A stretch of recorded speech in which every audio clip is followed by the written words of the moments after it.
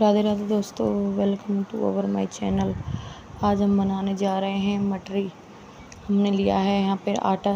आटे को मैंने छान लिया। अब इसमें मैं डालूँगी थोड़ी सी अजवाइन और अब थोड़ा सा नमक डाल दिया है।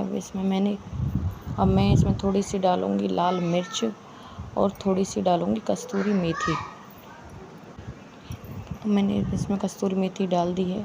अब मैं इसमें थोड़ा सा मोमन डालूँगी। मोमन में मैंने लिया है तेल, क्योंकि हम रिफाइंड यूज नहीं करते हैं, तो अब मैंने इसमें तेल डाल दिया है। और अब मैं इसको थोड़ा थोड़ा पानी डाल के अब मैं इसको गूँथ लूँगी।